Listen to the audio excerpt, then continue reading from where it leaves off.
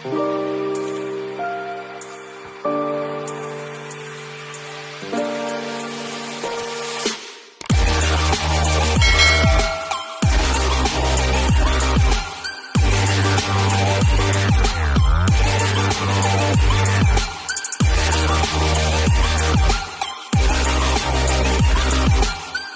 morning everybody. Maganda magising nyo. Siguro depende kung maganda ba yung tulog nyo, no? Here we go again. Beach day ulit. Pero hindi ko alam kung saan kami magbi-beach. Pero ayon sa kanila, pumunta daw kami sa 100 Islands. Pero bago tayo makarating doon, abay, appreciate naman natin ang paligid, ang araw. Kita nyo yun, napakaganda ang gising ni Haring Araw. Kaya huwag nating sirain ha. Weird matching mga puno pa both sides. Mga kawayan. Kaya hindi ka naman magtataka kung bakit sa ganitong oras. Abay, napakaginaw. Kaya ganito yung outfit ko. Malakasan kasi nga sa paligid ang lamig na tapos nakasakay ka pa ng motor abaw. Tapos ang amoy ng hangin, amoy puno, amoy dahon, basta kayo na mag-imagine kung ano yung amoy na yun. Kita nyo naman may driver ako kasi siya po kasi yung guide at feeling ko turista ako. Ito doon na natin, tour guide siya. Alam nga naman ako magdadrive para sa kanya, no? Hindi naman yata pwede yun kasi nga panauhing pandangal nga tayo. Ang taon dito din kami dumaan. Tsaka kahapon kasi ito yung daan papuntang Lingayen Beach. Pansin ko parang nakakatakot naman dito kasi baka mamaya magkamali ka ng tapon ng upos ng sigarilyo dyan. Tag-init pa naman ngayon na siya. Ako'y nag-i-enjoy lamang sa aking paligid na dadaanan kasi kung kayo naman ganito, i-appreciate nyo din kasi bibihira ka lang kasi makadaan ng mga ganitong view. So far, hindi ko pa natatanaw yung tatlong motor. Nasaan na kaya? Yung mga ganitong lakad na hindi mo ini-expect, hindi mo pinaplano, parang mas natutuloy pa. Uy, may natatanaw na tayong fish pan. Doon sa unahan mas marami. Ha? Ano ba yan? May sasabi itong driver ko, hindi na kami magkarinigan kasi nga busy naman ako dito. Finally, ayun, natanaw ko na si Partoka. And then, sila Sir Ang. So, isa na lang. Sa totoo lang mga guys, pagising ko, ganyan yung itsura ko. Haggard kagabi kasi. Tapos, pagising, sabak agad sa layasan. Biyahe na naman. Bakit ba napapansin ko yung mga tatlong motor? Napakakupad naman. Bagal na nga yung takbo namin eh. Gaano kaya kalayo pupunta namin? Morning, Pangasinan! So guys, bound now. Kasi magbi-beach na naman kami. So, shout out sa aking driver for today's video for the meantime. Kasi para marami kami ma-examine. So guys, tingnan nyo naman yung ayan, nakalabas na tayo ng balat. Tingnan nyo ito yung view. Yung nature's view ng Malaya, Pangasinan. Puro puno. Kaya yung mga kasama namin, kasi tatlo kaming motor, yung tatlo napakakupad. Pagal-pagal ka na mga babae.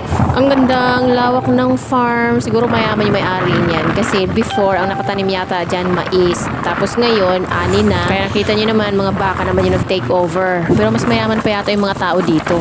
Kasi pusa at aso lang ang meron. Ako sila, ang dami-daming mga baka. May kambing pa yung mga yan. Ay, nandito na tayo sa Daang Pakurba. Kunwari, nasa Marilaki tayo mga guys. Babangking kami! Tama! Woo! Ang sarap. Wala kasing ganito sa Maynila. Kasi alam mo naman sa Maynila, ang bawat gilid, mga buildings, tapos mga basura na naamoy mo. May farm ulit. Ang lawak-lawak dito. Tapos wala pa gaanong mga tao. Malawak na po. Dito sa kabila, walang nang tanim kasi nga na-harvest na nila yan eh. Harvest time. Kasi the last time na pumunta kami rito, parang nagtatanim pa tayo. Last year naman yun. So, a year ago, parang ito yung anniversary ng gala namin before. So, at the sunshine. So, Hanap na muna yata tayo ng mapag-aalmusalan kasi nagugutom na ako. Siyempre, dito sa lugar na to, nakita mo naman wala pang katao-tao, walang kabaybahay, so wala pang makakain dito. Ang bagal nung tatlo kasi. yung hangin kasi amoy mga puno, amoy dahon.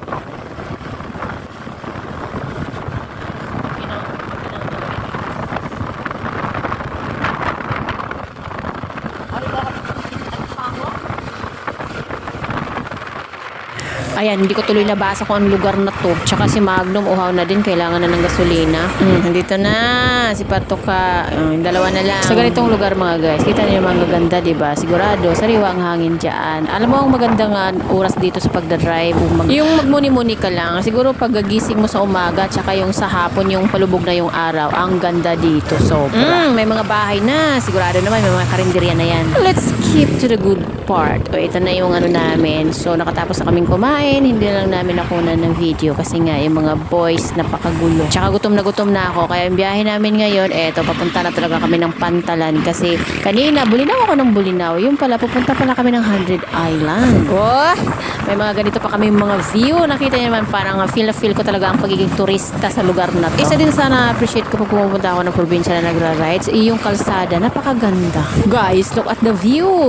Tsaka kanina dun sa mga nadadaanan namin, nakikita ko ang lalaki ng mga bahay, ang gaganda, mga mayayaman yung mga tao dito. Pero ang mga bilihin, ang mamahal. Kaya confirm, mayayaman nga ang mga nakatira dito kasi kung mahal ang mga bilihin, biruin mo na afford nila yun. Sa bagay, halos lahat ng mga tao rito may sariling farm, lawak-lawak na lupain.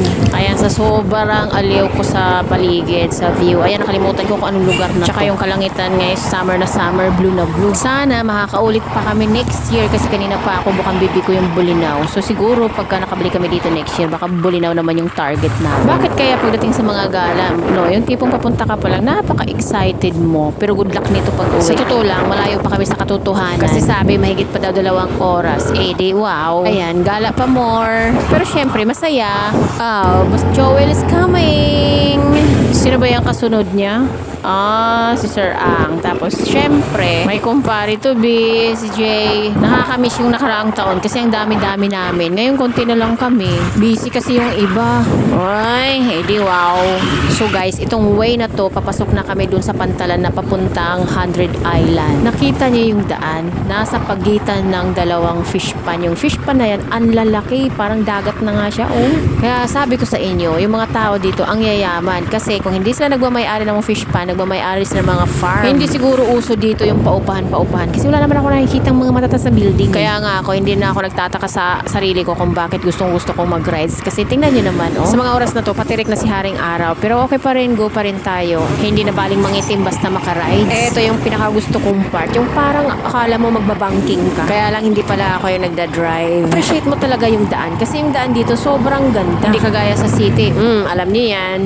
At dahil ang Pangasinan kilala sa isda na bangus, so malamang bangus nga yung nandiyan. Ay, wait lang guys, malapit na yata kami sa Pantalan. Kasi may nakikita na akong mga bangka-bangka. Ito na nga kami sa Pantalan. Kaya lang hindi ito yung Pantalan na hinahanap namin. Kasi may nauna pa sa amin na naka L3. So kailangan magkita-kita kami ng mga yun. Nandoon sila sa kabila. So, hanapin yung lugar na look up daw. So, let's go! So, ang mangyayari nito guys, kasi nandun sa kabila yung Pantalan na hinahanap namin. So, babalik kami. So, this is the wrong way. Dahil sa kanila, makakarating ka rin naman daw ng 100 Islands dito sa way na to. Kaya lang, hindi nga lang kami magkikita-kita ng mga kasama namin. Ang init na. Tingnan nyo naman yung araw. Oh, tirik na. So, may kausap pa yung driver ko kasi. Kaya maya-maya na tayo alis. So, ito na nga. Bumalik na naman kami. Balik na naman. Kaya yung dinaanan natin kanina, ganoon pa rin ngayon.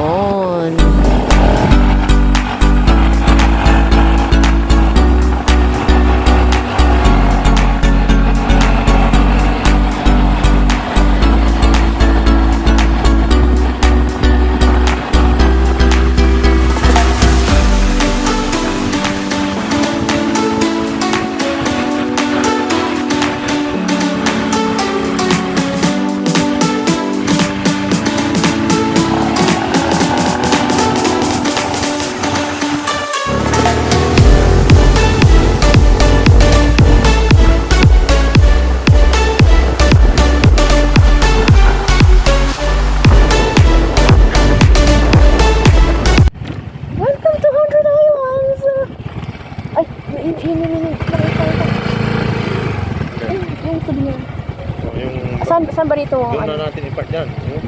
Doon? Dito sa loob? Safe yung motor dito. Yung mga security. Pag-uwi tsaka babayaran.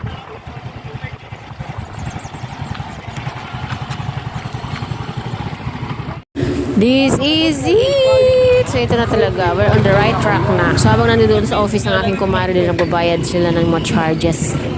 guys, tatawid kami ng island. So nandito yung ano namin, nakapark with syempre mga helmets, ganun. Si Magnum ko na napakagala hanggang dito nakarating. Kami nagtitinda ng mga souvenir doon. Oh. Teka nga pala, na-realize ko lang, bakit nga ba nandito kami sa Pantalan? Na nga lang umaga, naisip ko sa Bulinaw kami magpunta. Bakit nga ba dito sa Pantalan? Kasi mag-100 islands daw. Pero bago ko yan problemahin, bibili muna ako ng souvenir. Kanya-kanya kami yung mga boys. Yung mga boys kasi, pagka nag-ipon-ipon yung mga yan, nagyoyosi kasi sila. So ako ngayon, maglibot-libot naman ako dito. Kasi mamaya, pag uwi namin, syempre sigurado gabi na yun. At saka pagdating kasi namin sa bahay, uwi na rin kami papuntang Maynila. Ang lawak-lawak ng area na to. Parang airport na din. Ganito kasing lakaran namin dahil lahat sila mga boys na ako lang yung mag-isang babae. So ngayon wala akong kasamang maglibot-libot. Ano ba yan? Lilipat daw kami sa kabila kasi nandoon yung mga kasama pa namin yung nakasakay sa van kanina. Eto na nga ba sinasabi ko, yung hindi ka na na-inform na sasakay ka pa ng bangka, magbubuting pala. Ako naman, sumasakay naman ako ng barko. Kasi yung barko kasi, pwede, may choice ka naman. Pwede kang kumuha ng sarili mong kwarto para hindi makikita yung tubig. Kasi guys, hindi naman sa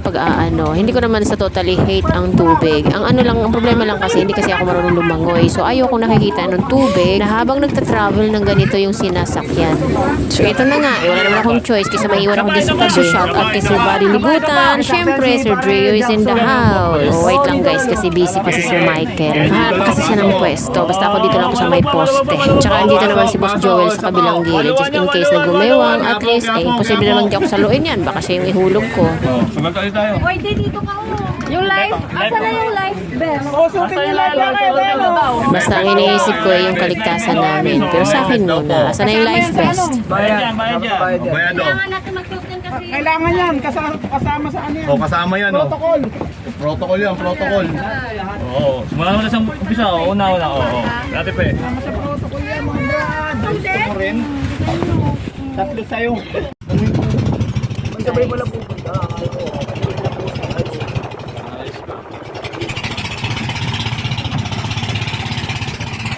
Bilis o.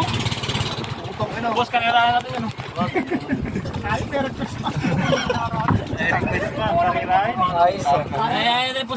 Gusto pang makipagkarera mga pasaway talaga. Yung mga suggestion nyo talaga eh.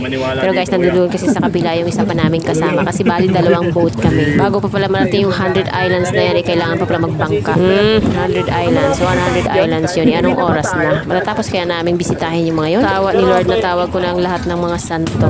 Kasi alam mo naman, pag gumigewang, syempre, shout out sa magiging kumpare ko, si Sir Jay. Syempre, shout out kay Sir Jackson. Ayan, kapatid ni Sir Jay. So, ayan, ito katabi namin. So, yung mga guys sa likod, napakagulo nila. Pero we're happy, syempre, dahil magkakasama kami. Sabi nga namin, dapat magkasama kami sa isang boat dahil ayaw naming maghiwa-hiwalay. Nagdidiman pa sila, no? Pero kanina, nung singilan sa mga charges, nahirapan pang magpatak, nahirapan pang mag-charge, nahirapan pang mag-ambag. Oh, Diyos me, tumatayo pa tong isa pang malikot, napakalikot. Yung akala mo sumakay ka ng Ferris wheel, yakap-yakap mo na nga tong poste, tapos meron ka pang kasamang ang lilikot, matayo naman ang tayo, gumigewang na nga yung bangka, tayo pa. Ayaw na lang kasi magpirme, baka mamaya bumangga yung malakas na alon, matutuwad na talaga kasi, ayan, gusto pang mag-feeling kapitan pa siya. naman dyan eh. Hindi pa daw island ka. Kita pa kayo dyan pre, baka...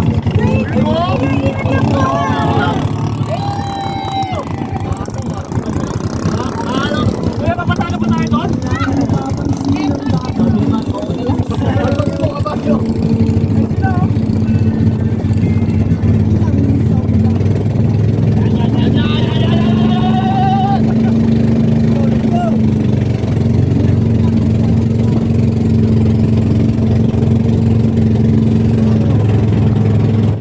Lalo na akong kinakabahan kasi nag-iiba na yung kulay ng tubig kasing kulay na ng langit. Pagka ganyan ang kulay, aba malamang malalim na. At syempre pag malalim na, aba malamang may pating. Mula rito natatanaw na namin yung mga islands. So siguro ngayon pa lang umpisa na namin magbilang hanggang sa umabot na ng 100. Kasi pag bababain pa namin lahat yan, pa isa-isa, anong oras na? Baka abutan kami ng siyam-siyam niyan. Pero mga guys, kung iisipin, paano nga kaya nagkakaroon ng ganyan dyan sa gitna ng tubig, no?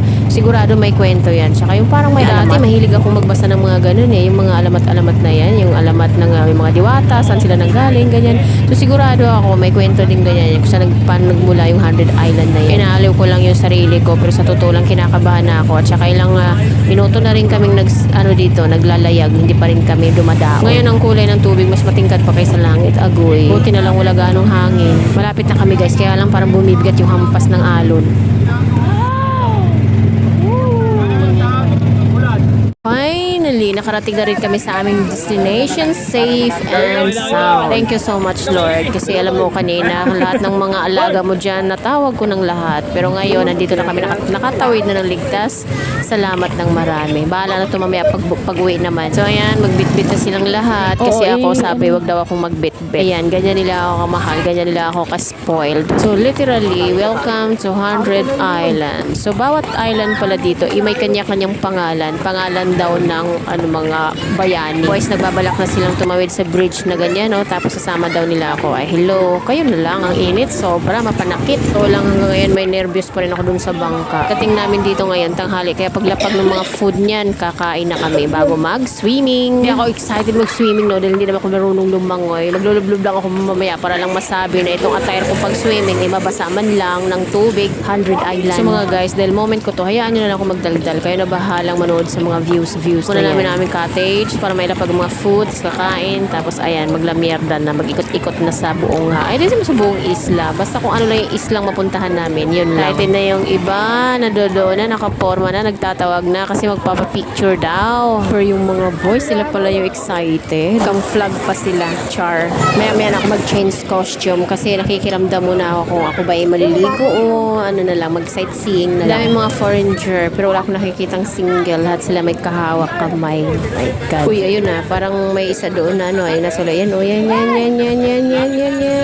Uy, may nakita akong clear boat. Marami akong nakikita dyan sa Facebook na pinupost na kaganyan. Kaya lang hindi ko carry. Baka may tumaob yan. Ako, maliit pa naman yan. Picture na nga lang kami kasi kanina pa ako tinatawag itong mga boys na to. Oops. O, ayan. May nag-picture taking. Tapos bigla kayong ex na mga photo bomber naman tong mga to. Excited kasi. Kararating pa nga lang. Ayan, tuloy si Madam. May imbierna na sa inyo yung bala kayo. So, ito yung napuntahan namin. Siguro ito yung pinaka-main na island kasi wala pa siyang pangalan ng bayani kasi dapat meron. Let's skip to the best part. Ayan, uuwi na kami kasi sa totoo lang nag-alala ako dahil ayon sa kanila kapag ka mga pahapon na lumalakas yung alon. Kaya hindi na namin tatapusin yung pagbisita sa mga island. Kasi sa ngayon, wala naman akong balak talaga na bilangin pa yung isa-isa yung mga island na yun. No? Hindi ko nga alam na pupunta pala kami dito eh. Kasi akala ko sa Bulinaw lang. Pero ito, nagpupumilit yung iba. Doon daw muna sa cave. So, ito na nga. Nandito na kami sa cave. Ito pala, under construction pa pala. Kasi siguro pinapaganda, pina-enhance. Ayun, si tatay. Siya yung birthday celebrant. Kaya pala kami nandito. Dahil ayan nga, may birthday, tsaka may binyag. Si tatay, may suit-suit pang life vest. Sabi pa naman nung briefing sa amin kanina na iwanan daw yan kasi hindi daw yan pwede basain. Anak ng tinapa, pinahirapan ko yung sarili ko doon. Meron palang hagdan dito. Ayun, si baby boy, hyper talaga yan. Basta pag nakakita siya ng tubig, gusto lang niya mag-swimming na mag-swimming. At dahil alam niya na pupunta kami ng tubig, ayan, nangunguna pa siya. Kaya pala kami nandito dahil yung mga boys lulundag daw sila dyan. Kaya lang, yung life vest nga hindi pwedeng basain. So, kailangan nila mag-rent. Isang piraso, 50 pesos. Tapos isang lundag, isang gamit lang. Kaya ginawa nila salit-salitan lang sa life vest. Ako, cancel na ako dyan. Kasi biro mo naman, lulundag ka pa dyan. Parang suicidal yan eh. Malay mo naman may bato pa na matulis dun sa baba na naghintay sa akin. Eh di ba? Dito tayo sa mga boys guys. Ayan, Sir Drio is in the house. Shoutout sa mga taga-Pasig dyan. Mag-iingat kayo palagi. Lagi kayong... Si Boss Joel nakalundag na siya. Kaya siguro susunod naman yan si Sir Ang. So good luck!